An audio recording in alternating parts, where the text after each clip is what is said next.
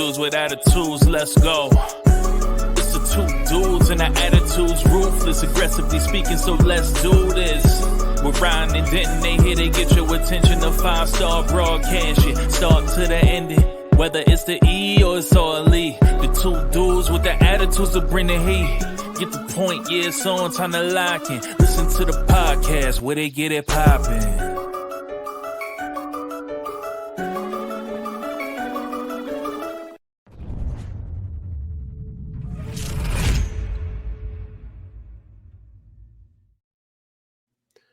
Welcome to Two Dudes with Attitudes, a wrestling podcast with your boy, the Heartbreak Dude, Denton, and the other boy, Ryan Enjoys Wrestling. Welcome to our WWE edition, ladies and gentlemen. If you're not watching and only listening, we were doing our little dance like always. We always do our, our Big new E day. dance. New day? Yeah. Oh, the New Day. I got to see them this past Monday on Raw, so that was fun. They're always a good time. That's right. They are always. But I think to WrestleMania. Yeah. That's yep. If you watched wrestling in the past, 29 years and went to a live event, you've seen the New Day. They've been around for freaking ever. Talk about factions that last. Is that the only faction ever to last forever, minus the NWO that went on until WCW was done? I mean, it was basically like, the New Day has been holy. You talk about how consistent they've been. They haven't added any new members or anything. I mean, it's not like not even with Big E gone. Yeah, they haven't. Yeah. It was just the three of them, and then it became the two of them with Big E's injury. But they haven't added anybody. Nobody's turned on each other. They've been really consistent. So gotta give them some credit. And not that we have a ton of time on this packed episode, but I have to say, do you remember when they started? They were like a gospel. They were like preachers, but that were bad, and they were like, "Dude, awful. He sucks." Remember, that's what people chanted, and there's all hilarious. And then now, what they have become, it's like, wow. Talk about evolution of your characters while also keeping the same gimmick. It's crazy what these guys have done. Right. I agree. All right. Well, we got a jam-packed show because SmackDown, Raw, and NXT did not miss. It's been hit after hit after hit in wrestling to begin with. So are you ready for the SmackDown review? Always, man. Let's get into it. It's not that long because, somebody talked for quite a while. So let's get into this. The show opens with a rock concert. When I say a rock concert, I mean a Dwayne Johnson concert. Dude sings like an angel and made fun of Cody, Seth, and the Cody Crybabies. The crowd loved literally every second of it and actually booed Cody and Seth. The LWO beat Legado. LA Knight took the mic from Kayla because he was ready to cook. He wants AJ, and AJ jumps him from behind and literally takes a steel chair and sits on his throat. And what looked a legit hurt because he got up pretty quickly. Logan Paul tells Aldis he needs to do his job and get him a WrestleMania opponent. Randy Orton defeats Grayson Waller because that's what Randy Orton does nowadays. And after the match, Nick Aldis announced it will be Logan Paul versus Kevin Owens versus Randy Orton at WrestleMania for the U.S. title. Santos Escobar defeats Dragon Lee. After the match, Rey Mysterio challenges Santos to a match next week. New Catch Republic defeat Pretty Deadly. In the main event, Bayley and Dakota Kai end in a disqualification, and Naomi makes the save on Bayley to close the show. And that is the SmackDown review. LA Knight, can we talk about it? Yeah, please. Okay. So I know I crap on LA Knight. I made a TikTok crapping on him, and I got in trouble because people were upset at the fact that I said he was wrestling a TV and beating the crap out of him. The TV was selling for him, but we got told on YouTube to take our channel down because right. Because I said LA Knight versus Samsung at WrestleMania, and everyone said we should take our channel down off of YouTube immediately. I love it. Don't you love it? The funny part is that it's 10-year-old kids that watch this stuff, man. Oh, yeah. I had a kid call me on TikTok, calling me out like this and that, and I clicked on him. I never click on people, so I clicked on him, and he creates content. He was like 10 14, years old, 9 years old. Yeah, so he's like a little kid. I was like, oh my gosh, dude. Like, why? And he comes at me hard, right? Like, you're a freaking idiot. You know nothing and this and that. And I click on him. I'm like, man, where are parents? Man, I would have got a Switch if I ever had to get a Switch. But anyway, LA Knight. Here's my thing with LA Knight, right? Right now, I'm okay with the fact that he doesn't have a character. that he cuts the same promo every single day, that he's living off his that he, like Seth Rollins is off his theme music. That's not the problem. My problem is A, that his fans are comparing him to The Rock. I've been seeing way too much of that of who would win in a promo battle, LA Knight or The Rock. LA Knight's not even top 10 in WWE promos. I said it. Top 10 in WWE, let alone of all time, currently. But the fact that he took the mic from one of the sexiest girls ever and literally said, "Get out of here. I'm going to cook." Okay, here's the thing. I don't like when people brag before they do something because you better bring it, right? Yeah. When CM Punk said, "I'm going to drop a pipe bomb," and he sat down, that's one of the most legendary promos of all time, right? He let it What the heck did LA Knight say about AJ Styles? That was one of the weakest, stupid. Like, I got excited. I was like, "Oh, he's cooking. Oh, he's about to go to give it like Drew's been doing, right?" Like when Drew sat down not too long ago, a few weeks ago, and cut that CM Punk, it was so good. It's like if you're gonna do that, you better bring it. But he just keeps saying the same. He would much rather get the crowd to say yeah and his stupid lines than ever going at a character or another person to try to prove a point, right? He didn't build their match at all when he talked about AJ Styles. The only good part about it was AJ jumped him from behind with a chair, which he was beating up the TV, so good story, and then put it on his neck and then basically walked away. That was the highlight of his cooking on the mic. But am I wrong here? Like, I just don't get. I think this is good for LA Knight. I think beating a star like AJ Styles will elevate him a lot more than him beating a Logan Paul for the Universal or the US title. Just my opinion. Just because AJ is an all-time great, he'll bring out the best of him. He loses. How many people has LA Knight beat? Can you name any top 10 superstar that LA Knight has ever beat? So The Miz. Okay, so there you go. So this is it, right? But so this is it. Yeah. So yeah. So that's what I'm saying. I get that he has fans and major props, but I want the fans to tell me why I should be invested in him or why that was cooking or anything else. What did you think? Did you think he cooked on this promo?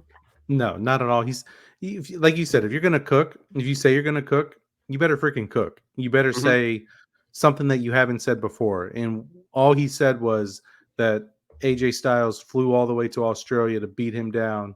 And then he's on the beach the next week just relaxing. Well, I'm going to give you a problem. I'm going to give you something to relax. Like that was it. And then AJ Styles comes out and beats him up. And like you said, that was the highlight of the segment. I don't really care for what they're doing with LA Knight. I feel like WWE is throwing something against the wall and seeing what sticks. And they're like, okay, we got to get him on the WrestleMania card somehow.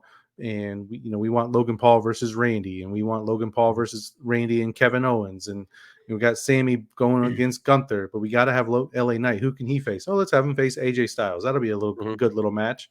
So I think that's what they're doing, because I think they just want him on the WrestleMania card because he is over as a babyface, but at the same time, I'm not feeling this feud either. Like, I'm not really feeling what AJ Styles is doing either.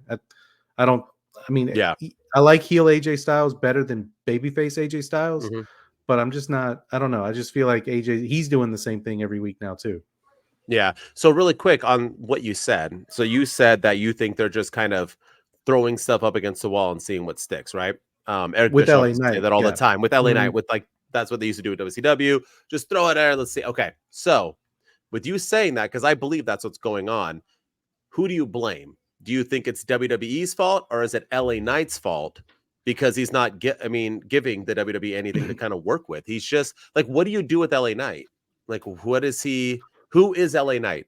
Explain to me. You know what I mean? Like, why am I invested in LA Knight? And I think that's the problem. I think that's why they're just throwing things up against the wall. In my opinion, do you agree? Yeah. Or no, I think it's fair to say that. And I think both of them are to blame. I think WWE is to blame for, we just talked about this with the hashtag We Want Cody thing. The WWE listened to the fans and they pushed LA Knight a little too soon, and he was not ready. He was not ready to go to that main event scene. He was not ready to wrestle Roman Reigns at Crown Jewel. He could be wrestling Roman Reigns at WrestleMania if they had just built him up correctly, and or if he could be wrestling Roman Reigns this year at SummerSlam for the first time and use this time to build him up. But they rushed it and they put him in the main event, and I think WWE saw like, oh, okay, this guy is, and I saw it too because I was all in the camp of LA Knight needs to dethrone Roman. They need to build him and build him and You build got him. shirts, bro. Yeah, and because I believe that, and because I thought if he did, like, it would take him from here to here on the stratosphere, and but then they put him in that match at Crown Jewel, and he was not ready, and I think WWE realized that, and now they're in a corner, now they're in a pickle with LA Knight, and now they're throwing stuff against the wall. So I blame both LA Knight and WWE. I think he wasn't quite ready, and I think there's some rumors about his contract, and there's backstage heat on him because he hasn't signed a contract, and like he wants to be the top merch. So I think there's some backstage stuff. I don't really know. I think it's all hearsay, but maybe there's some validity to some of that too. So, but I blame both of them. I blame WWE and LA Knight for whatever is happening with LA Knight at WrestleMania. Yeah, well said. Well said. All right. Oh, and then let's talk Bayley and Dakota before we move on to the Rock concert. But man, I gotta say, I like this match. I thought this match was the right way to go. I like the ending with Naomi coming out, but I have to say, I kind of feel like WWE is, we gave AEW crap for this recently. With repeating storylines, but I feel like now they're giving Bianca Belair the Drew McIntyre storyline, where all of a sudden she's this bitter woman that I'm supposed to be friends with Bayley. I'm supposed to trust you after everything you've done. Why should I care about Bayley getting attacked? Why are you helping her, Naomi? Don't, like, she put me through hell, and I'm supposed to just, like, all of a sudden I'm going to try to help her. No, I don't think so. I feel like that's exactly what happened with Drew McIntyre when Jey Uso came to Monday Night Raw. Was how can we trust him? Why is he here? I don't want him here. And then it kind of, now you see what Drew McIntyre's become. He's become the biggest heel. So I think this is leaning to a heel turn of Bianca. And you notice she didn't come to the aid of Naomi or Bayley at the end of that match, and she said she wasn't going to. So, I loved how SmackDown ended. I thought that was a cool way to do it. I like that they're adding. I have a feeling now we're going to add the Kabuki Warriors against Bianca and Naomi at WrestleMania now. I think. I mean, maybe. I don't know, but that'd be nice. Naomi win that belt again. Yeah. So. Yeah, but I do think they're kind of repeating some storylines with Drew McIntyre on Raw and Bianca Belair now on SmackDown, having to trust Bayley, the girl that tormented her for years on Damage Control. Oh, I think that's a great. I didn't think of it that way, so good job. I like that. I was too busy focused on Dakota Kai and Bayley wrestling in the ring. Yeah, I mean, yeah. Oh, and then also their moveset. It was a good match too. Really good job. It was. It actually was. But and I think that was nice that Dakota Kai came back. That was like her first match back, because I'm assuming out of everybody in the world, who you're going to trust after your ACL tear is probably one of your closest friends, who Bayley behind they are behind the scenes good friends. So it was nice to do that match. I thought it was nice. I like that they didn't have her lose. I was like, we can't have Dakota Kai lose already. But I miss Dakota Kai. I think people forget Dakota Kai. This is the third time she's turned on a friend since NXT. This girl is savage. She's always better as a heel, and she's really, really good in the ring. And I think she just hasn't had that real time to shine in WWE because Damage Control, they got injured. She was a tag team champ, sharing the spotlight, but she is really, really good. And I think she showed that here with Bayley. And I think Bayley's really good. And I don't know how I feel about the way they did this. I think it would have been better just to stack the odds against her and have Dakota Kai be her friend until maybe the SmackDown before I think Mania. they turned her too soon. Then have her turn like right before, so that way Bayley can overcome the odds and win, saying like, oh, you turned on me, but I think they did it too early. Then they're letting it cook. Now she's going to get friends to back her up. We don't need, Avengers Assemble on every match. You know what I mean? We just kind of, so I don't know, but with the flame that they have taken away, because I was all for, I still think the tag team match needs to be the opening match. You've said that as well. Yeah, I don't think it should main event. I think it needs to be the women. I was all for Bayley and Io, but it has fizzled out a little bit now. And when we'll talk about on Raw with that moment with Becky and Rhea, it's just, I mean, they're stars, man. I mean, it doesn't get much bigger than these two ladies currently in the world of wrestling. So it's, I don't know, but either way, I did like this segment. I like the way it closed. I like Naomi coming out and helping, giving Naomi something to do. That poor girl, like freaking just jobbed to Tiffany Stratton like she was a little leaguer. You know what I mean? But I'm excited for what's going on. So yeah. Good stuff. Good stuff from all. No, it was a solid episode of SmackDown and a great match between the two women. And I like that it's leading to, like, I like that Bayley and Io are keeping their hands off of each other until WrestleMania. So I do like that. While you're setting up this segment, really quick, Randy Orton, are you in Logan Paul KO? Are you for that? Did you only want to, or are you okay with Kevin Owens jumping in? I'm fine with it. I mean, I think it's a way to protect Randy Orton, because I don't think Logan Paul's losing that title now, and I think it's a way to protect Orton from having him take a pin, and I think Kevin Owens, a loss isn't going to hurt him at all. So and plus it's storytelling, right? Like, because Kevin Owens has unfinished business with Logan Paul from the Royal Rumble, and Randy Orton has unfinished business with Logan Paul from Elimination Chamber. So I think it makes sense. I'm glad they went this route instead of having like Kevin Owens and Randy Orton wrestle each other on SmackDown to the winner fights Logan Paul at Wrestle. Like, I'm glad they're doing it this way. Yeah, Vince is gone. My friend. We don't need that. All right. You ready?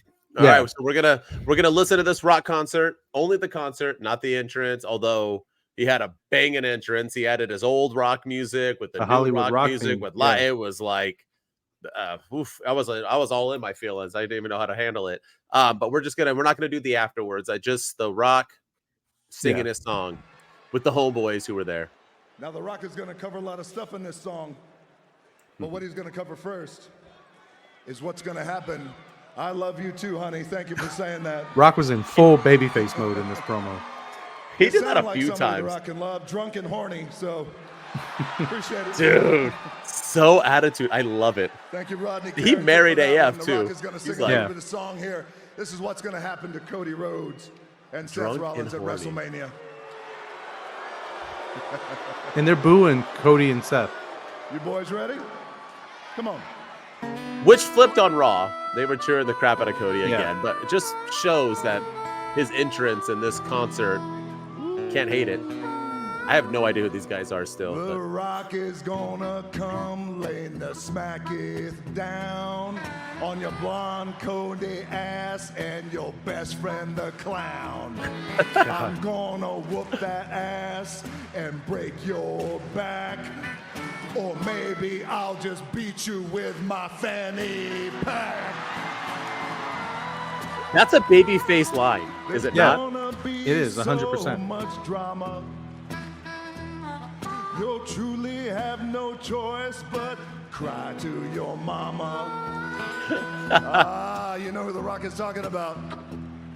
Mama Rhodes. Cody Rhodes' mama. I like that the dudes were into it too, because they were like, "Woo!" Boy. Yeah, they love it. We got a lot of mama's boys out there. Oh yeah. He's like, oh boys yeah. Mama's boys. You know it. Well, here's a little story about how Cody was born. This is historically accurate. I love this line. Historic stories are historically accurate. Historically accurate. Dusty's youngest son was just what he feared.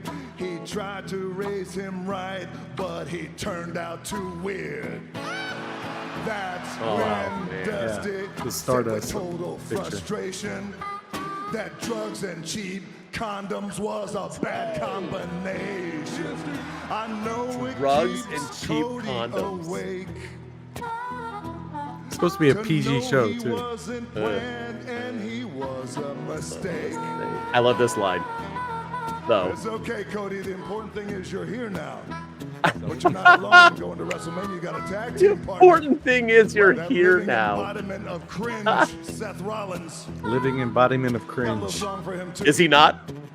He is. Cackling and dancing is all that you do. No wonder that your wife's more popular than you. I love the You're pick. so damn desperate to make them all cheer. But The Rock is gonna take that title, disappear. You're simply an embarrassment, son. Just like John Moran when he's waving a gun. I love you, Memphis John. didn't like that. No, they didn't. They were really booing, didn't. yeah. We love you, Well, the brother. picture Get well too of soon. him all. Get well soon. Get well soon. Yeah, he's injured hurt now, right? Yeah, he's Yeah. got like a torn Achilles or something. Well, I mean, that think dude's a covers moron. it. I don't care if you're from We Memphis or got not. Cody, his family, Pulling out the gun so many Seth times. Rollins. I feel like we might be leaving somebody out. Who we've left Check out? it. Check the record. Check the record. Yes, the Cody Crybabies. Ah, And they didn't even yeah. boo This that one's for you, either. Cody No. Crybabies. I like the guitar. He's just like So smiling. entitled, He's obnoxious starstruck. and brash. Well, look at the Some Rock. of you Yeah. have sex, but you have to pay cash. Your hero's gonna bleed and need I can think of some people. stitches. Never mind. So whine about that, you crybaby bitches. There's some lines you just Same dude. don't cross. You all can kiss the ass of the final boss. We're gonna do that We can one talk more about time. this soon, huh? Oh yeah. There's some lines you just don't cross. You all can kiss the ass of the final boss. We love you, Memphis.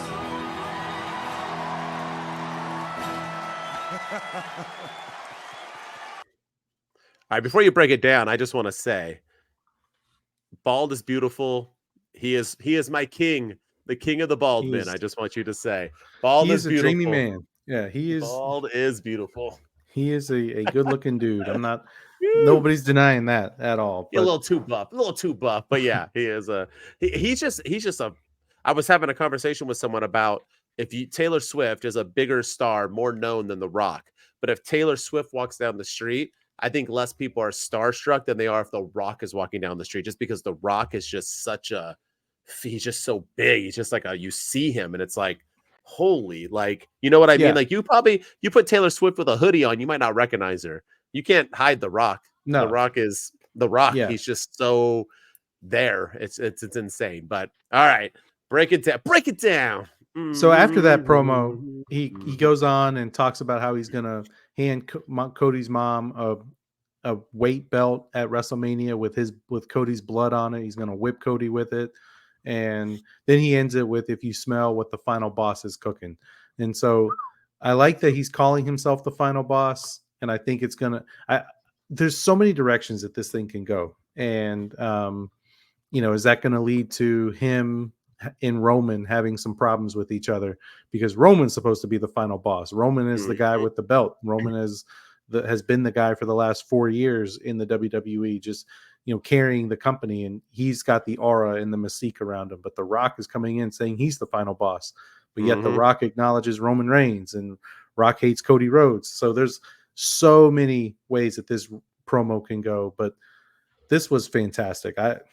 I was a little hesitant at first when they said that they might do the Rock concert. I was like, really? Like, we don't need this, because it's not The Rock's character right now. But I'm so glad they did, because he nailed it. He knocked it out of the park.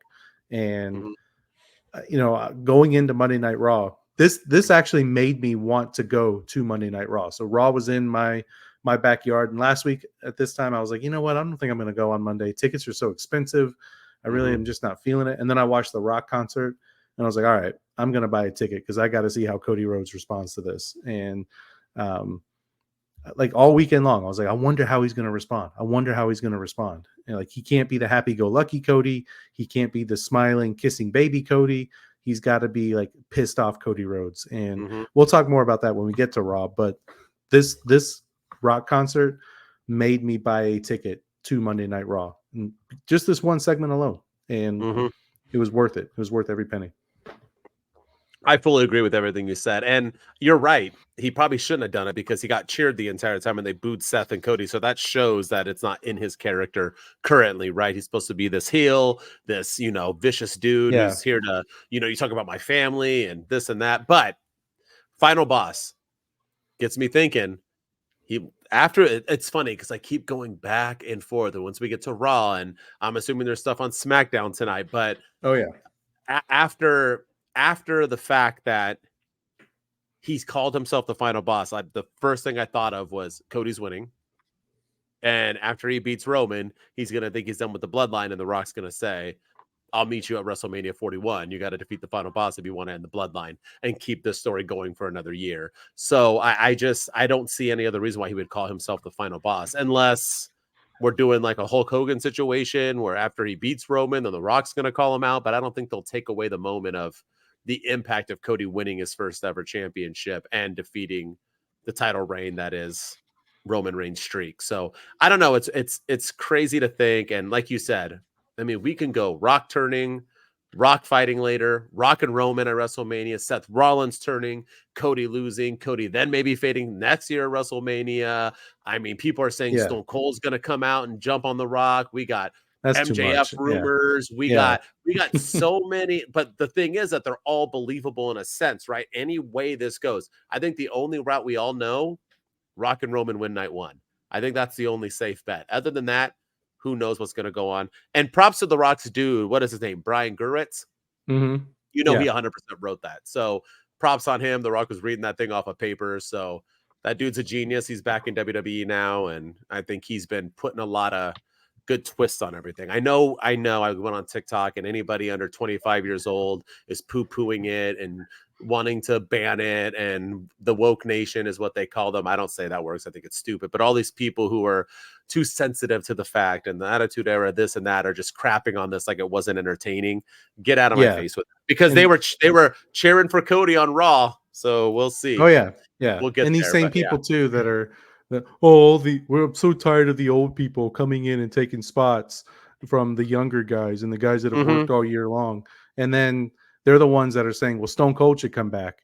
And then they're also over here, Matt Hardy was at Monday Night Raw. Let's get the Hardys in the tag team match. Let's get the Dudleys in there too.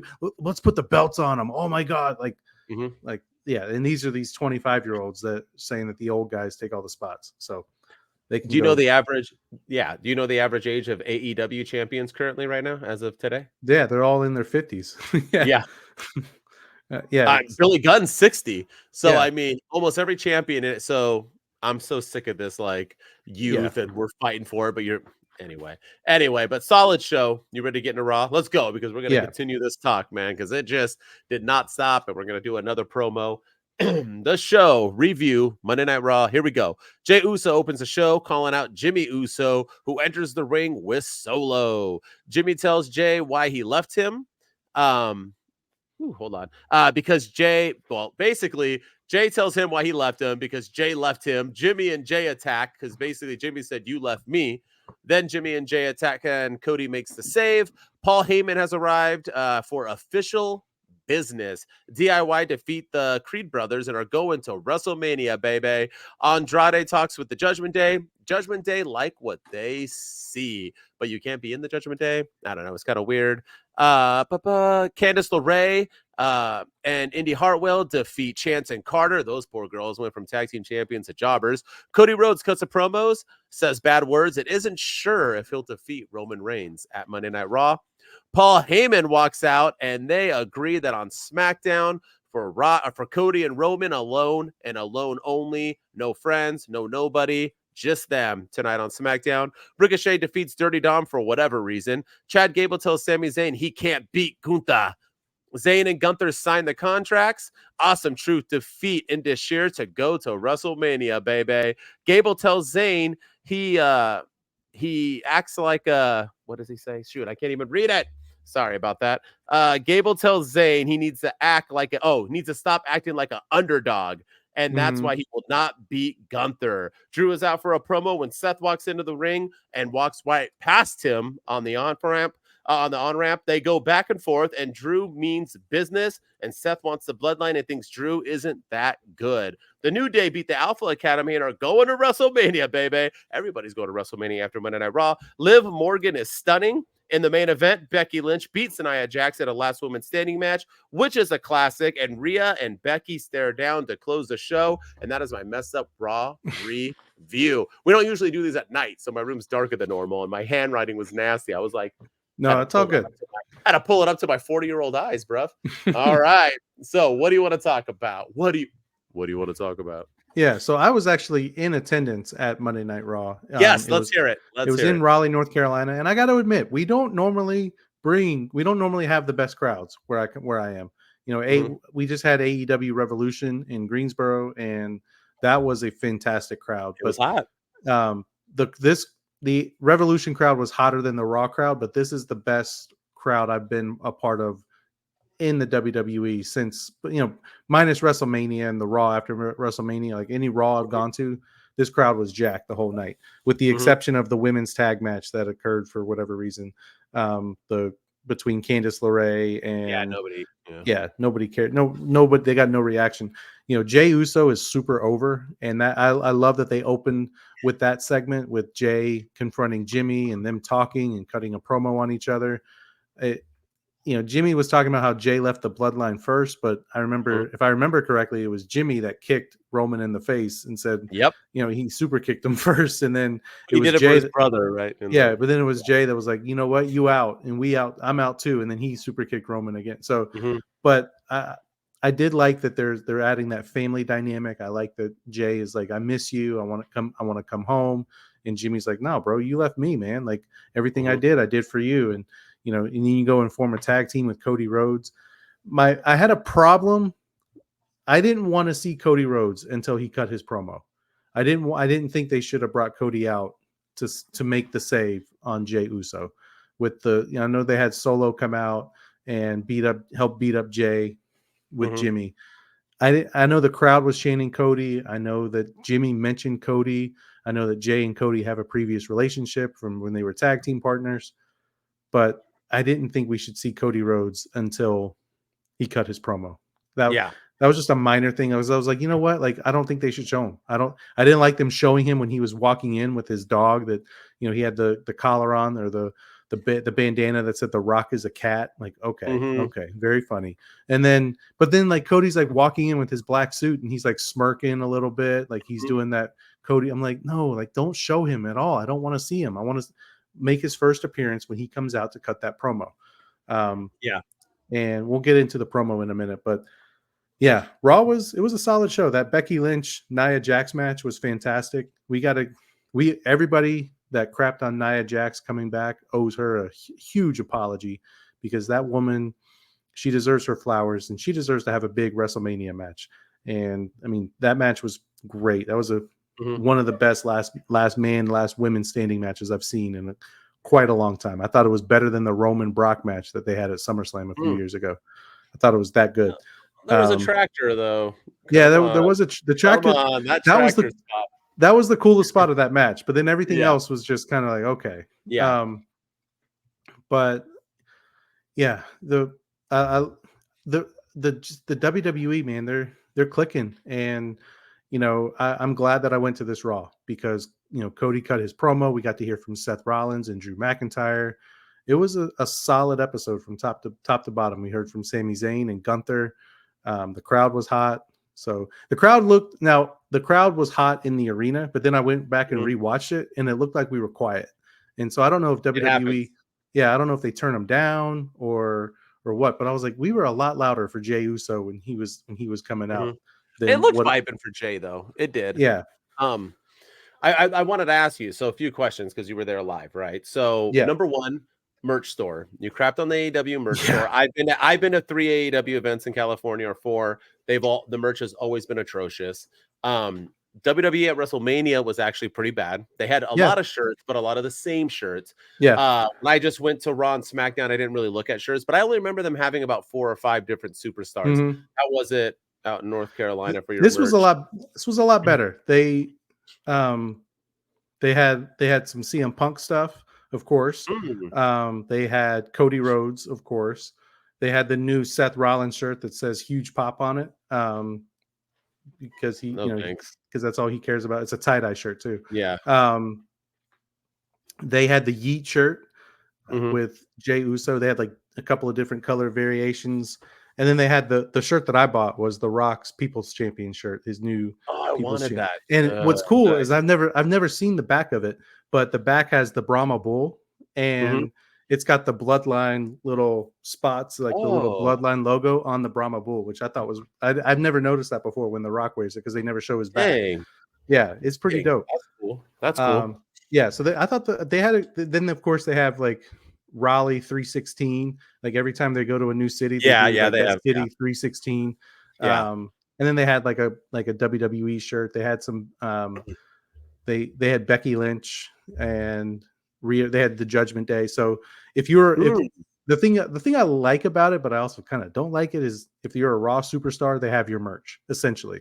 But if you're on SmackDown and you go to Raw, they're not going to have your merch. So that, like, I wanted the new Sami Zayn shirt, and they didn't have that for whatever reason. But I was hoping to get like the new blue Kevin Owens shirt, but of course he's on SmackDown. Or I was hoping to see Randy Orton, but of course he's on SmackDown, so they didn't have it. So that's my only gripe. But I thought the merch was solid. It was better than AEW's for sure. All right, I want to know crowd reactions. I haven't been since a lot of these guys were where they were. Drew, Seth, how's the crowd? The crowd was is Drew getting some cheers, or is he a heel? He was a heel. He started off getting booed. He started off getting cheered when he came out, and then the crowd was doing the stupid what chant when he was talking, and then he said something like, I can't remember what he said, but he was like, "Idiot, say what?" And they kept doing what, and then he was like, and then they started chanting Carolinians. Yeah, I know. And then they started chanting CM Punk, and he was like, CM Punk is not here. He'll be on Raw next week. He wouldn't dare show his face in a place like Raleigh. And that got the crowd turned against him in a big way. So yeah, the crowd they were hot for him all night long. They started off cheering him, and then they ended up booing him. And then Seth Rollins was babyface all the way around. They were singing his song. Even after that promo, because that promo was pretty weak sauce. I mean, he brought fire, but he didn't really explain much, and he kind of brushed his title away again. Once again, like Drew is literally telling him, "You're going to lose." I mean, obviously this is a storyline now. I'm assuming he's going to lose because he took his eye off the ball. That's once again, his focus is on Cody, not. And the crowd, I don't know, like, not doing my North Carolina any favors here, but when Seth Rollins took the mic and said that he was a spotlight junkie, the crowd started chanting junkie, junkie, and they started chanting spotlight junkie. And so Seth Rollins was hot with the crowd. The crowd liked him. All right. Last question before we get into the promo. How you feeling about Chad Gable now? Do you like this? Is he the guardian angel? He's not getting added in. I know people are like, "Oh, it's going to be a triple threat." No, it's not. So, you know what I think is going to happen? Okay, let's hear it. I think Sami Zayn, I think it's going to be kind of like a Rocky moment, and Chad Gable's going to be Sami Zayn's trainer in Alpha Academy, and he's gonna coach Sami Zayn to beating Gunther. That's what I think he's gonna like. That's why he's like trash talking him and saying like, I don't think you can beat Gunther. Yeah, and now he's an underdog, and now he's gonna go like Sami Zayn's gonna train with the Alpha Academy, and he's going to train with Chad Gable. Yeah, exactly. Because it's in Philadelphia. And then he's going to teach him everything he needs to know to beat Gunther, because he's beaten Gunther, but via disqualification. He still beat him. Yeah. He beat him in that 5-minute challenge. Right? Yeah. 5 minutes. Yeah. There you go. Yeah. So, so I think that's what they're going to do. So I liked it. And then I did like the production too, of the camera angles and everything. I thought that was really well done. With Sami Zayn storming out. And then like walking through the Awesome back, Truth in them. Yeah, and then walking through Awesome Truth, and then Awesome Truth coming to the ring with their new entrance. That was all done in one shot. That was really cool. It was well done. And now AEW is doing what WWE is doing too, with the whole walk-ins at the beginning and everything. I like that too. I like seeing them come out of their bus or their cars, or obviously the dog was stupid, but I like the whole. It's very UFC, and that's what TKO is doing, right? Because they show the fighters arriving in the arena. I like it, and now AEW is doing it. And then I like what. I know we'll talk about it with AEW too, but I like that Renee Paquette is doing like sideline reporting while the wrestlers are coming to the ring. I thought that was a nice touch. Yeah. Yes. Very good as well. I agree. All right. Well, let's get into the stuff. You saw Rhea Ripley live too. You're welcome. Yeah. And then after the show, Becky Lynch officially announced that she's a U.S. citizen. She became a U.S. citizen earlier that day, and she's now a proud American. So You and the crowd goes home chanting USA. So that was fun. Awesome.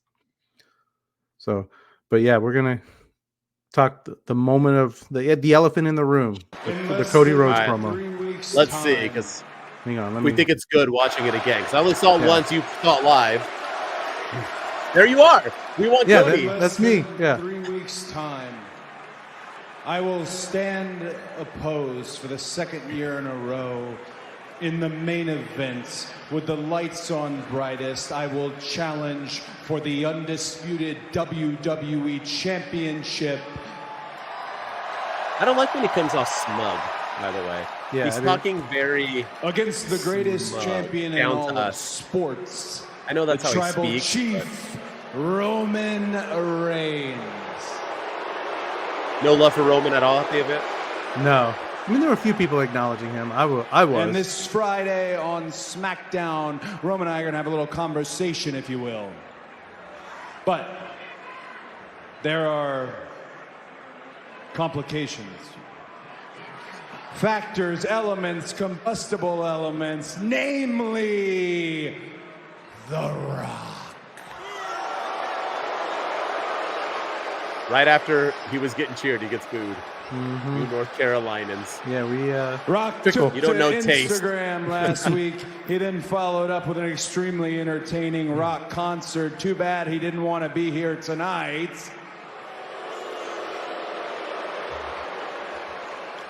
He's writing Something your check. I took from his Instagram post. Rock referred to himself as our favorite heel. A little bit of an insider term. We're not dumb. We know what that means. That means he's the bad guy. So I've known some heels. Bobby Heenan was a heel. Arn Anderson was a heel. Michael Hayes was a heel. Superstar Billy Graham was a heel. The Nature Boy Ric Flair was a heel. Not mentioning AEW guys on WWE television. Right? Rock, I don't think you're a heel. I think you're an asshole. I like that line. I'm not gonna lie. I thought it was a good line. It was uncensored too. And I don't want you to get upset. Don't get upset, Rock. Don't get upset, $7 team. I don't want you to get upset. I don't want you to get emotional because I know how you feel about emotions. You poked fun at me shedding a tear discussing finishing the story with my friend Michael Cole.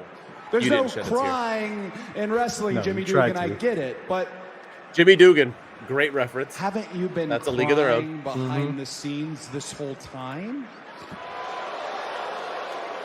I mean, once that hashtag came out, once they started chanting something else, you went and cried to your buddies on the TKO board. You said, hey, this is going to be some good PR for The Rock. I need to save WWE. God knows, look at this house. We sure as hell needed saving, right? That's a shot at AEW. Yeah, there were a lot of people there. It's going to be this great PR for The Rock. Until it wasn't. Rock. I like that line too. It didn't get a The reaction. TKO folks, they said to you, oh my gosh, yes, Rock, yes, put on your Gucci shirt, your muscles look so big, yes, yes, yes, yes. The reason they said it is because they are yes people, they are enablers, they don't tell you like it is, so I'm going to. Rock, damn, my man, you're a lot of things. You're a lot of wonderful things. You are the Brahma Bull. You are the great one. Hell, I got a pair of tennis shoes with your logo on it, Rock. You are the only guy Has that to I will kiss ever ass stand as well across as from in the insult, ring right? that I can honestly say is a Mount He's like Rushmore Machine Gun wrestler. Kelly. But when he dissed Rock, Eminem. you are also a terrible salesman, a carny succubus, and for those who don't know what that means, you're a whiny bitch.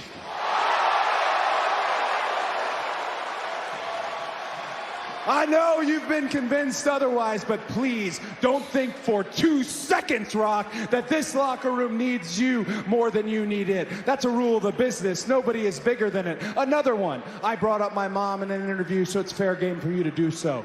Okay. I don't agree I know with your that. mom. I did like the way he did. I did like that he said that line, though. I know Here's your what mom. I'll tell you about Rock's mom. She is a wonderful lady. Salt of the earth. One time she Got had him. me chop Kevin Owens in a nailed dark it. match. I have nothing but respect for your mom, or respect But he's a that you baby should echo face. back He towards should my not own. attack Here's somebody's the mama. thing. I agree with this. You were So, talking about whipping me, a bloody weight belt, handing it to my mother, and normally somebody as powerful as you. She would tremble. She would cower. You don't know my mom. I was more scared than she was. My mom ain't scared of nothing. This is the same lady who hopped off her chair at a Willie Nelson concert and beat up an undercover cop, okay? She ain't afraid of you, Rock. that a true story? I think that's pretty awesome if it's true. I've never heard it, but I don't think he would lie to us. No. I have been asked. April 6th, the biggest tag match of all time. Myself, my partner Seth Rollins, the world heavyweight champion, somebody who you should respect very much because he helps carry your company, Rock, against you and the tribal chief Roman Reigns. How will I get past that? What will April 7th look like? Will it be a fair fight? And I can tell you honestly, I don't know. I don't know if it'll be bloodline rules or not. Hell, I don't know if I'm gonna finish the story. That's I my didn't one like miss. that. Yeah, Nope. I didn't like But- that line. Dwayne, The crowd didn't either. You What guys do didn't react you at all. Yeah, how can you be so sure of your own self, right? Because you keep forgetting you haven't been in the ring in years in real-time action. And April 6th, the Good bell is gonna ring. And what happens, Rock, when the bell rings, right?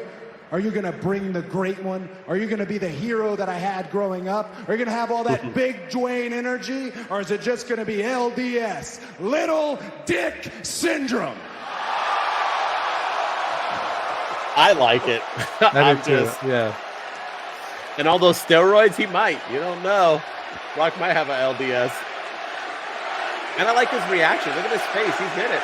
Were you yeah, he chanting nailed it? it. I was. Yeah, he had me LDS? chanting. LDS? It was a good line. I You loved have it. referred to yourself as the final boss. Kudos to Brian Gewirtz for that nickname. Perhaps Oh, I you forgot are the he- actual, literal final boss. Perhaps I'm too naive to see that. But at Called him out for not WrestleMania, writing his stuff. I don't think you're going to be the final boss. At WrestleMania, I think you're just Roman's side chick. Ladies and gentlemen, All right. So by the way, calling him Roman's side chick, right, is implying that he's a homosexual, correct? Yeah, So why was that line perfectly ignored, but the cross-dressing line was so offensive? I don't know the offensive standards in today's day and age. I I don't mean, get it he either. wasn't like referring to Seth Rollins as a transgender, and he was just calling him a And- cross-dresser because he dressed in that's the definition. Now I know it's not nice to say that anymore. I No. get that. People should be allowed to dress however they want, and I agree. But he was saying And- his side chick in a derogatory way, wasn't it? Like he was. oh yeah. well, so why was there no internet heat on that? I just throwing that out there. And Roman called Seth a or a crossdresser once. This Seth Rollins also called The Rock a side chick in his promo with Drew he Mc- did. So that You're they right. referenced it twice. So is referenced it just because twice. it's not like a derogatory? Because I didn't know calling someone a crossdresser was derogatory. I didn't think. Yeah, I thought there was other words to make it like I don't not nice. Yeah. I didn't. Yeah, I was very confused when I heard the side chick. I'm like, all right, so now we're calling people like side chicks, but that's perfectly like no one's. Yeah. I didn't hear one whisper. I mean, I thought both the lines were funny, so I'm not offended by either. I'm just saying we got to be fair here. All right, Yeah, so no, I watching agree. it there.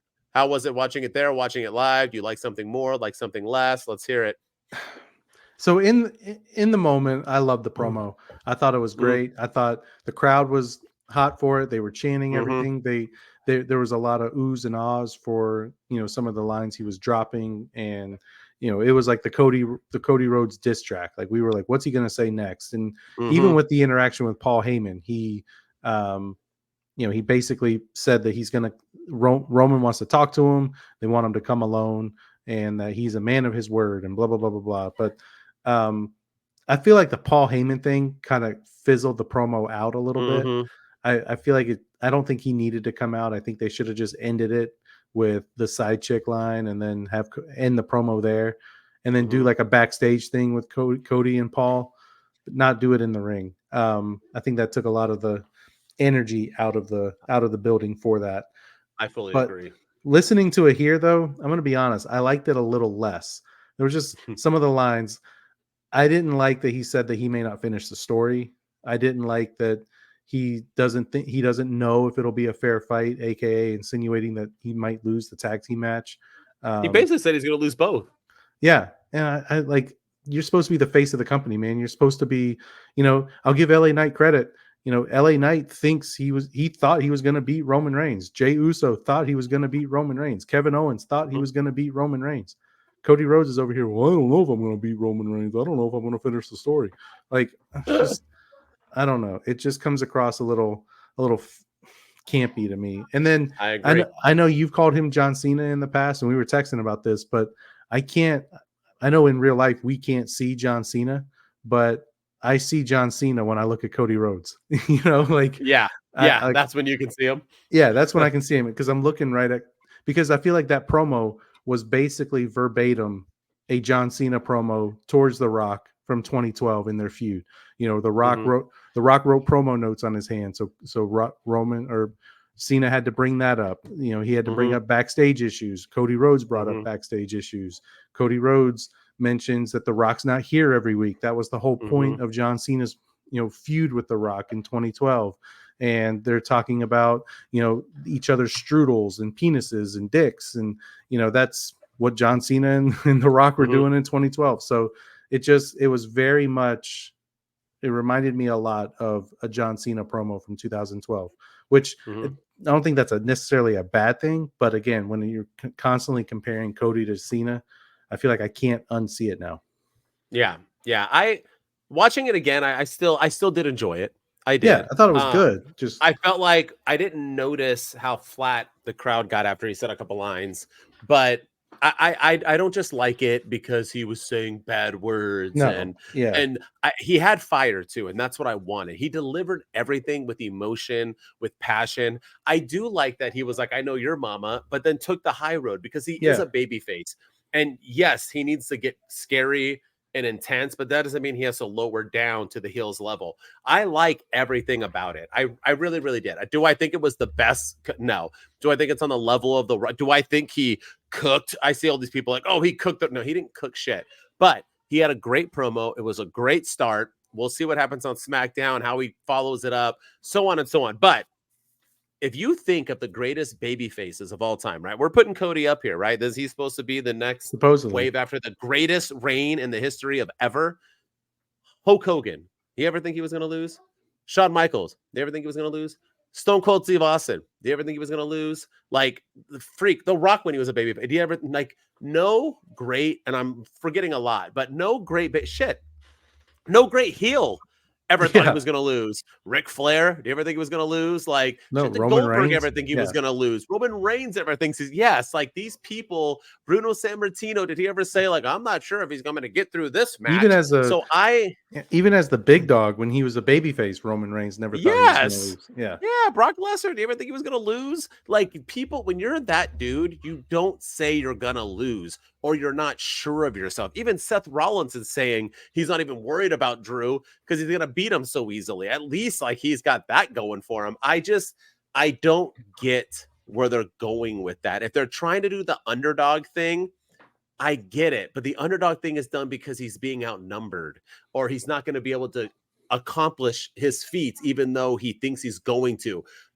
Even the underdog thinks he's going to win. Even Rocky said I could beat him. You know what I mean? I'm going to die trying, right? If I'm not just the fact that he was like, I don't know what's going to happen. There probably will be bloodline rules and I don't even know if I'm going to win. So you guys went flat. So I didn't notice how flat you guys went to watching it there. It was bad. It was bad. You could hear some of the fans being like, what? Like, why? What do you like? They were like groaning at the fact that he was talking about how he's going to lose. Yeah. So hopefully on SmackDown he rebounds. We'll see. But I don't know. All right. You ready to get an NXT, bro? Yeah, we got to be quick. Let's go. A lot of stuff happened. Yeah. Always. All right, I'm going to pull this next to me so I don't mess it up. All right, NXT recap. The show opens with Roxanne defeating Paxley. After the match, Roxanne beats up Valkyria. We will get Perez versus Valkyria at Stand and Deliver. Oba and Josh Briggs have a promo. Dijak cuts them off, and they brawl. Sean Spears is watching in the back on his TV screen. He leaves, and Joe Gacy is on his floor. I don't know what the hell. Obviously, we have a fan of it. Axiom and Frazier defeat no catch crew. What are they called? No quarter catch crew. The Wolf Dogs will defend their belts against the Alpha Academy at Stand and Deliver. Man, take that, NXT tag team division. Sol Ruka wins a match. Davenport beats her up after. The D'Angelo family are out for a promo, and Tony D announces everybody in his crew. Dragunov is on the big screen, and it's him and Stax next week. Poor Stax. Drew Gulak defeats Riley Osborne to defend the Heritage Cup. Duke Hudson has a match next week, and he might be added into the North American title picture at Stand and Deliver for some reason. The OC defeat Hank and Tank. And in the main event, Trick Williams defeats Noam Dar, and after the match, Carmelo Hayes jumps him and stands tall to close the show. And that is the NXT review. And let's just talk about Carmelo Hayes. Let's just get out of there because I want to hear your opinion before I give mine. So go ahead. Do you like Trick and Noam? Did it make sense? Was the match worth it? How do you like the ending?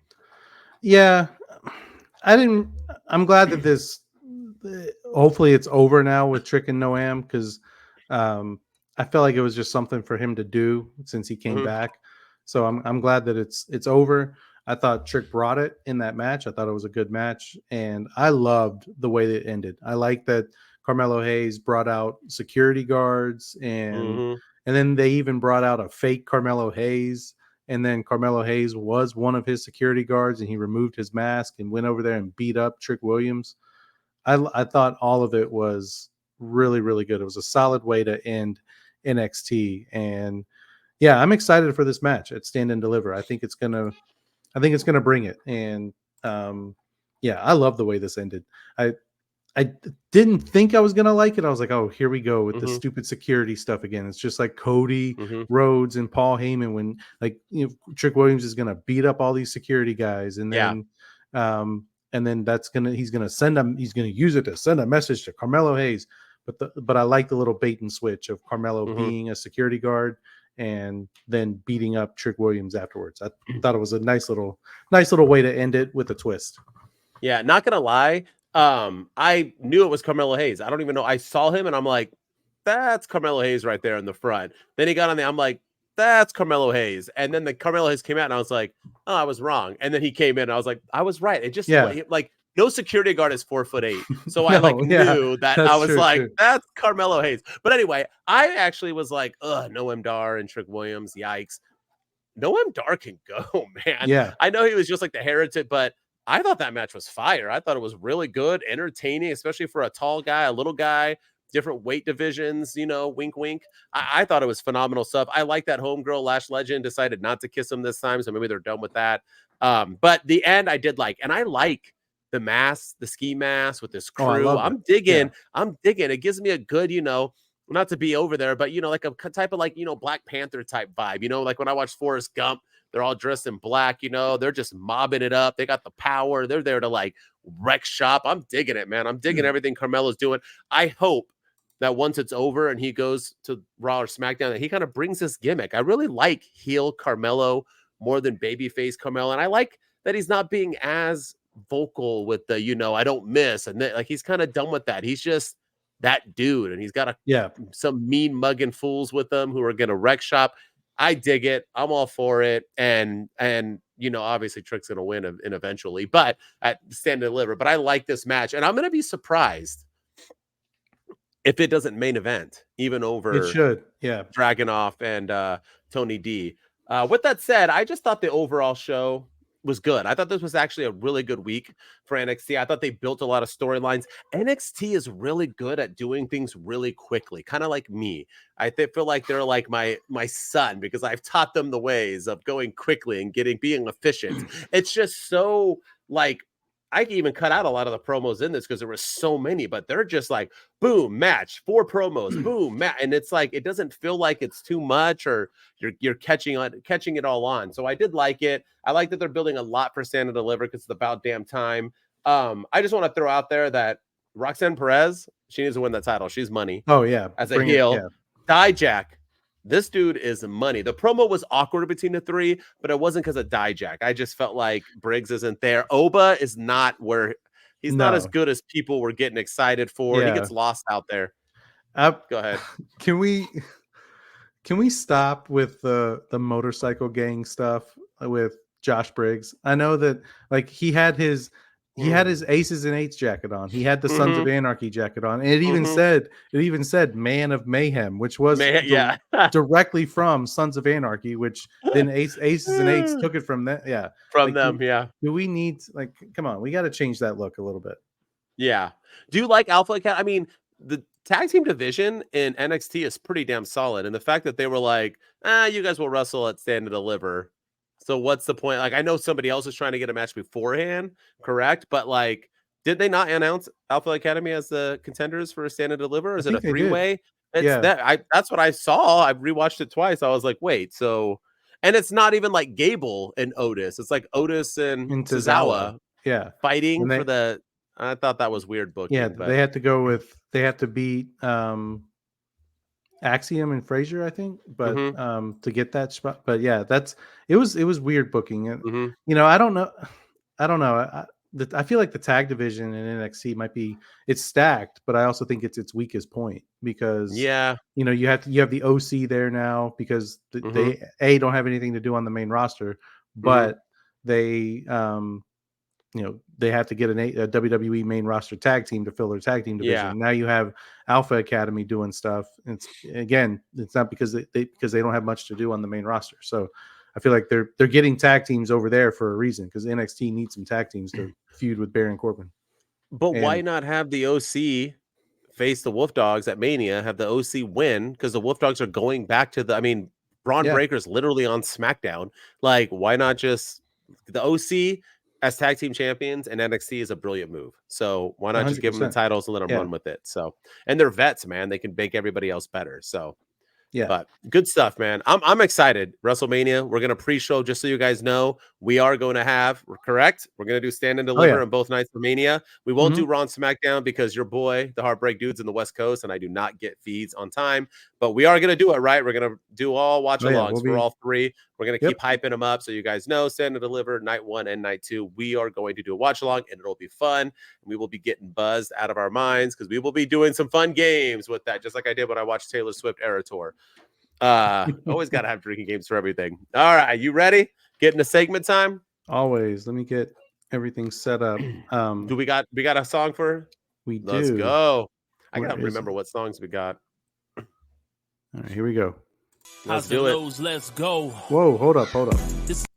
Try that again. Highs and lows, it's time there for the list. Who's killing it and who should probably go and sit?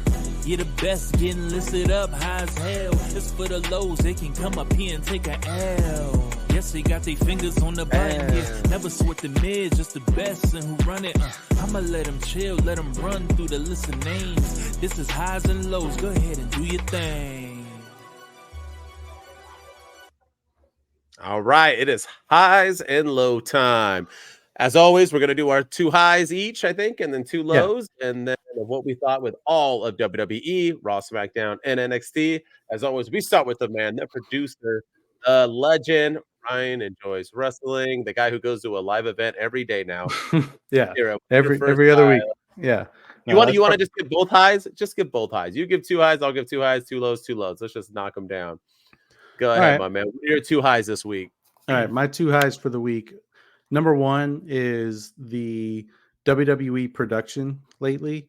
I love the camera angles that they're doing. I love them showing the wrestlers coming into the building and carrying their suitcases. And I love that they're showing the outside of the arenas again and kind of panning around. They're not afraid to say what city they're in and what what arena they're in. Like that was like a Vince thing. He like hated that for whatever reason. And then I love what they did with Sami Zayn this week with the camera stuff, like we talked about earlier, when he walked out of the ring after the Gunther segment and walked right past the Awesome Truth, and then Awesome Truth is they're talking to Johnny Gargano and Ciampa, and then Indus walks up and R-Truth says, "I feel bad for whoever has to wrestle those guys." And then great line, by the way. Yeah, he walks off and Miz is like, I'll tell him. That was all done in one shot, and I thought that was all done perfectly. And yeah, I love the way the WWE is just putting on their shows lately, and I feel like that that's because that producer, whose name is escaping me right now, left the Kevin company. Dunn's left. Kevin Dunn. left. Yeah, he Kevin left, Dunn. Yeah, that's who I was thinking of. I was thinking Brian Gerwitz, but I was like, nope, that's the Rock's guy. But Kevin Dunn left the company, and I feel like this is the kind of stuff that we didn't get to see when he was running the show, and now we're kind of getting to see more of the behind the scenes stuff and more of the cool things too that I'm liking are the little Easter eggs of a few months ago we saw Rhea Ripley and Drew McIntyre talking backstage while Jey Uso was doing an interview with the Kathy Kelly or somebody like that. It's just little Easter eggs like that backstage that we didn't really ever get to see before. So the WWE production right now is killing it. True. And then my other high, I'm going to say it, man. Jimmy Uso. Jimmy Uso does not get the credit that he deserves.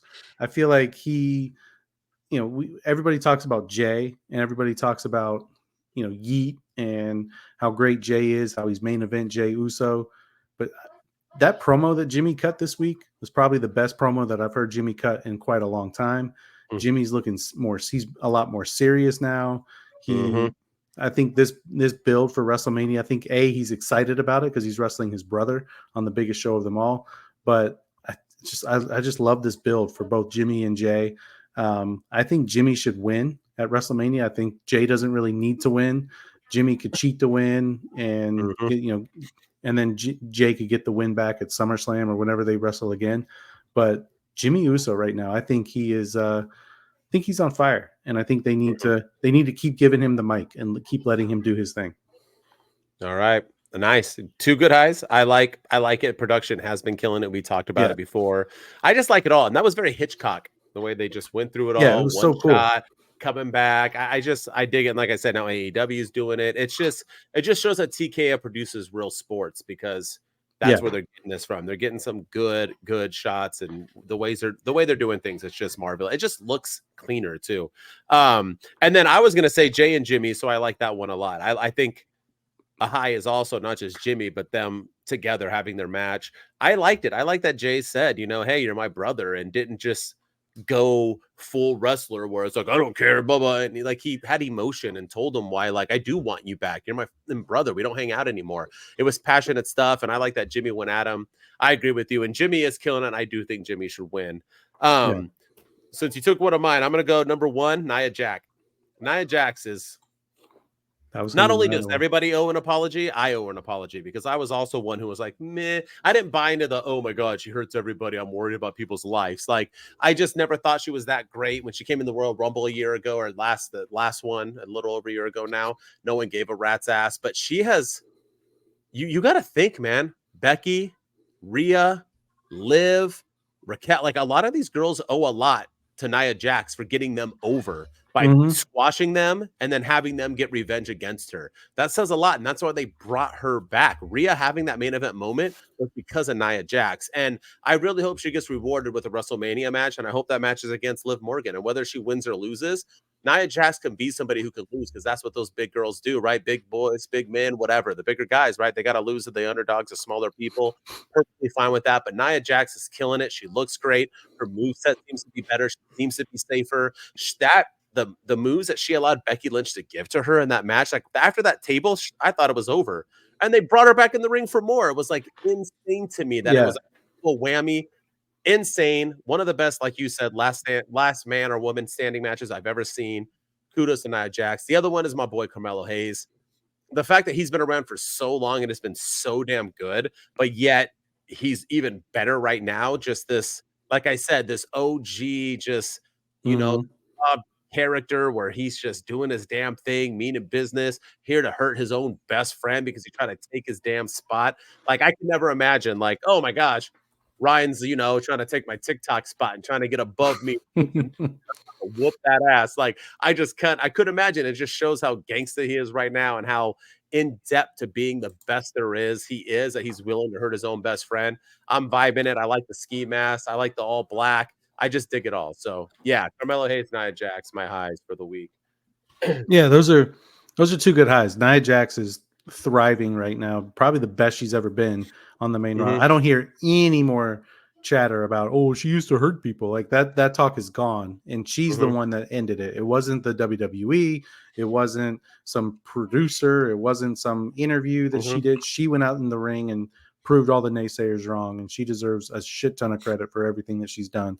And then of course Carmelo, he don't miss, and he's cooking, and he even as a babyface, when he was the Mellow don't miss, and he was he wasn't as great as he is now, but he was still really freaking good. And now he's so much better as a heel. I still remember that heel promo that he cut and the heat that he got after he turned on Trick Williams. So the build for that match has been fantastic as well too. It is. People owe Nia Jax apologies, so start writing them. 100%. All right, your lows. What you got? Oh man. All right. So one of my lows is the build to this tag title match at WrestleMania. I'm excited about I don't know. I kind of have mixed opinions on it. I think the 6-pack match is going to be a fantastic match. I think it's going to be a match full of high spots and everything. Excuse me. But at the same time, I don't like the build for it. I don't like that the teams on SmackDown have to win 2 matches to get to a match at WrestleMania, but the teams on Raw this week, they had to win their 1 match and they're in. Like, they've already announced like 4 of the teams for Monday Night Raw, and 2 teams on SmackDown have to compete, and then 2 teams on SmackDown compete tonight, and those 2 teams will face next week. The winner goes to Wrestle. It's just, it's dumb. Also, I don't really like my time being wasted, and I feel like they kind of wasted my time a little bit with R-Truth joining the Judgment Day, then getting his back turned, and then the Miz helping him, setting up for what we thought was going to be the Judgment Day versus Awesome Truth at WrestleMania for the tag team titles, and then they switch it.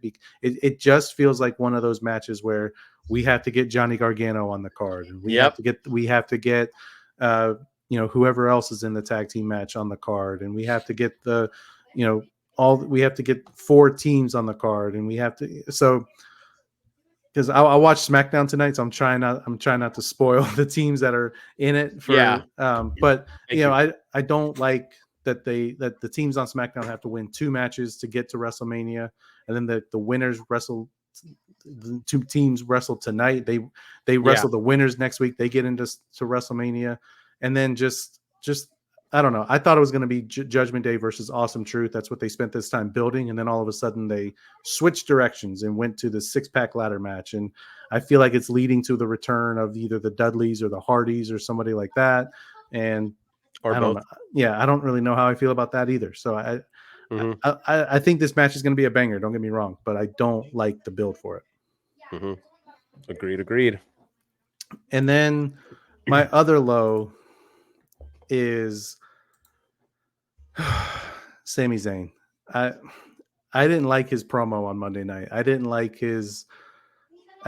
some of the stuff that he said. I don't like that. I don't know. I feel like WWE should have struck when the iron was hot with Sami Zayn, and I feel like they didn't when and he was the hottest he's ever been when he was feuding with Roman last year in the Bloodline. Then he just kind of feuded with the Judgment Day, and he started kind of fizzling out. And now I feel like he's trying to get his spark back, and he's got a great match at Mania with Gunther, and I have no doubt that the match is going to be awesome. But I just don't like it when wrestlers are like Cody Rhodes saying, "I don't think I can finish the story." Sami Zayn kind of said the same thing. You don't think I can beat you, do you? You don't think I can do it. I don't. Why does nobody think I can do it? I can do it. Like, why? Why is everybody against me? Like, why is everybody? Because he's the longest reigning Intercontinental Champion of all time. Like, it's just, I don't know. I don't like those kinds of promos. I want to see confident baby faces. I want to see the Sami Zayn that went to hit Roman with a chair and said, "I'm going to kick your ass at Elimination Chamber." The undisputed champion, the final boss. Now, but he's afraid of Gunther. He doesn't think people are doubting him against Gunther. I don't know. I like Sammy. He's still one of my favorite wrestlers, but that promo on Monday night was kind of a miss for me. Yeah. All right. Too good. I agree on both. I'm going to kind of have the same as you. So, all right, go my for it. first one, my low, is the build to the actual main event of WrestleMania, and that's Cody and Roman. I think it's been forgotten, and I thought, yes, Cody did not have that bad of a promo. Yes, he had fire, but it was all towards The Rock. He didn't have a lot of fire towards Roman, and he had a moment where he opened up talking about Roman, and he could have delivered and had some, setting us up, but it was basically like, oh, we get Roman. Oh, I'm gonna, blah blah, and you're his side chick, and there was no I just feel like if this is going to be the night that Roman, the greatest heavyweight champion of all time in any wrestling profession, is going to lose his belt, and you're expecting Cody to be the man to take it over, this build has been trash. It's been more focused on The Rock. It's been more focused on the tag team. We're talking about Seth Rollins losing focus. I feel like this build is just not doing it for me. And maybe on SmackDown, obviously, maybe we'll get it there. But still, that only gives you 2 SmackDowns to build it before the biggest match of all time, technically. Just kind of bizarre to me. And I felt like on Raw, we should have got it too. We needed 4 more nights of it, not just 3 or 2. So that's my first take, my first L. My other one, like you, with, the unsure or whatever else, that's kind of how I feel about Seth Rollins right now, man. I thought he had another moment there to kind of, and he had it, oh, you're beneath me. But even saying things like you're beneath me, or I don't think you're good enough or whatever,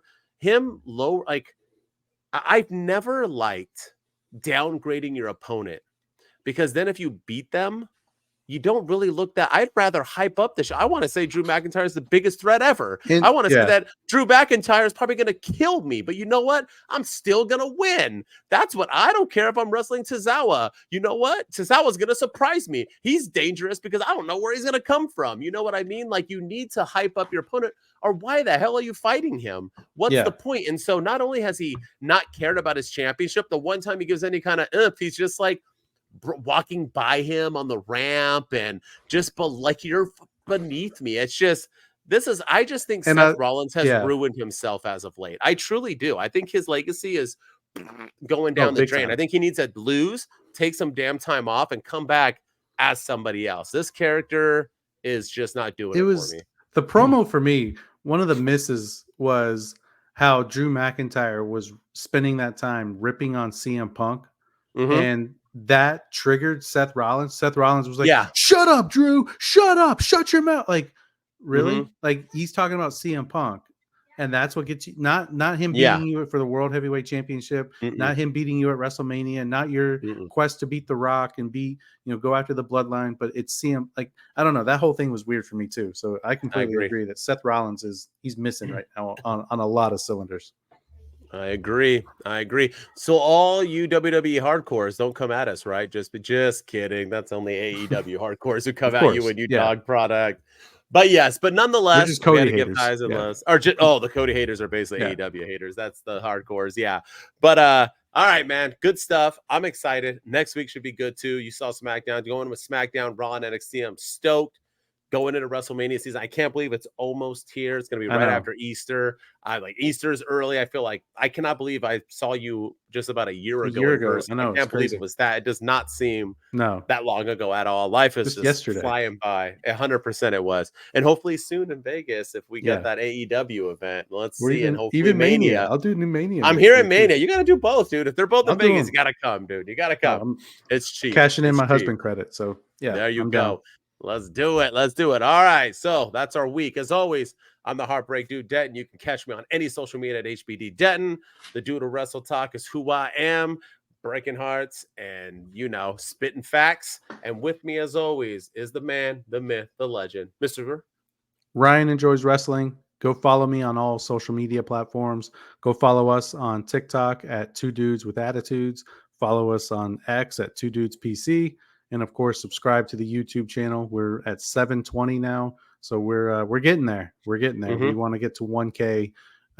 maybe before WrestleMania, but I don't. That's kind of lofty at this point. So, but we never know. Yeah, we can do it. But yeah, we're keep on showing us some love. If you're listening to us on Apple and Spotify, thank you for the support. Leave us a 5-star rating and review there. And yeah, the 2024 is going to be the year of the dudes. Two dudes, wolf pack. It's the two dudes and our attitudes ruthless, aggressively speaking. So let's do this. We're Ryan and Denton. They here to get your attention. The 5-star broadcast shit, start to the ending. Whether it's the E or it's all E, the two dudes with the attitudes of